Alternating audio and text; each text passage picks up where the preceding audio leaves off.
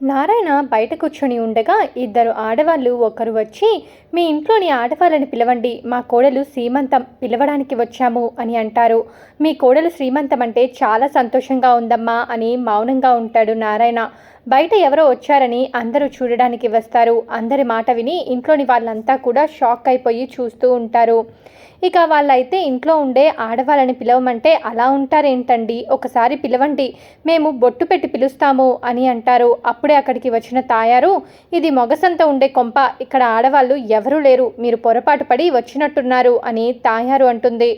మహా సడన్గా ఎంట్రీ ఇచ్చి, ఒక నిమిషం ఆగండి అని అంటుంది. లోపల నుంచి మహా రావడం చూసి అంతా షాక్ అయిపోతారు. లోపల నుంచి మహాలక్ష్మి హారతి పట్టుకొని బయటికి రావడం చూసిన తాయారు ఒక్కసారిగా షాక్ అయిపోతుంది.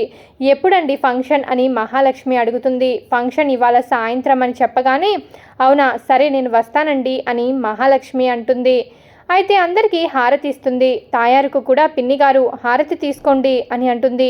నువ్వు వెళ్ళిపోయావు కదా, మళ్ళా ఎలా వచ్చావు అని తాయారు షాక్లో అడుగుతుంది. నేను ఎక్కడికి వెళ్ళిపోలేదు, అది మీ భ్రమ మాత్రమే, ఇక్కడే ఉన్నాను అని అంటుంది మహాలక్ష్మి. ఇంట్లో ఒక్కొక్కసారి ఆడవాళ్ళు లేరు అని ఎవరు అనొద్దు, నేను ఇక్కడే ఉంటాను అని తాయారుకు దిమ్మ తిరిగిపోయే షాక్ ఇస్తుంది. మహా ఎంట్రీ ఇవ్వడంతో నారాయణ వాళ్ళందరికీ కూడా క్లాస్ పీకుతాడు. మహాలక్ష్మి రావడం మాకు చాలా సంతోషంగా ఉంది అని మిగిలిన వాళ్ళందరూ కూడా అనుకుంటారు. లోపలికి రాగానే, ఏంటి వదిన సడన్ ఎంట్రీ ఇచ్చారు, మీరు ఇచ్చిన ఎంట్రీ చాలా బాగుంది అని కన్నా కూడా మహాలక్ష్మిని అడుగుతాడు. ఇప్పుడు చూడడానికి వచ్చారా, చూసి వెళ్ళిపోతారా అని కేశవ మాధవ కూడా అడుగుతారు. ఒకరు చేసిన తప్పు వల్ల నేను అందరినీ ఇబ్బంది పెడుతున్నాను, ఒకసారి అటు చూడు అని మహాలక్ష్మి తన లగేజ్ని చూపిస్తుంది.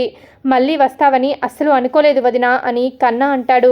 మీ ఇంటికి ఒక పేరు ఉంది, ఆ పేరుని నేను వచ్చిన తర్వాత పోగొట్టాను అని అనుకున్నాను, కానీ మళ్ళీ అదే పేరు మీకు వస్తుందని అనుకోలేదు పెద్ది, అందుకే నేను మళ్ళీ వచ్చాను అని మహాలక్ష్మి అంటుంది.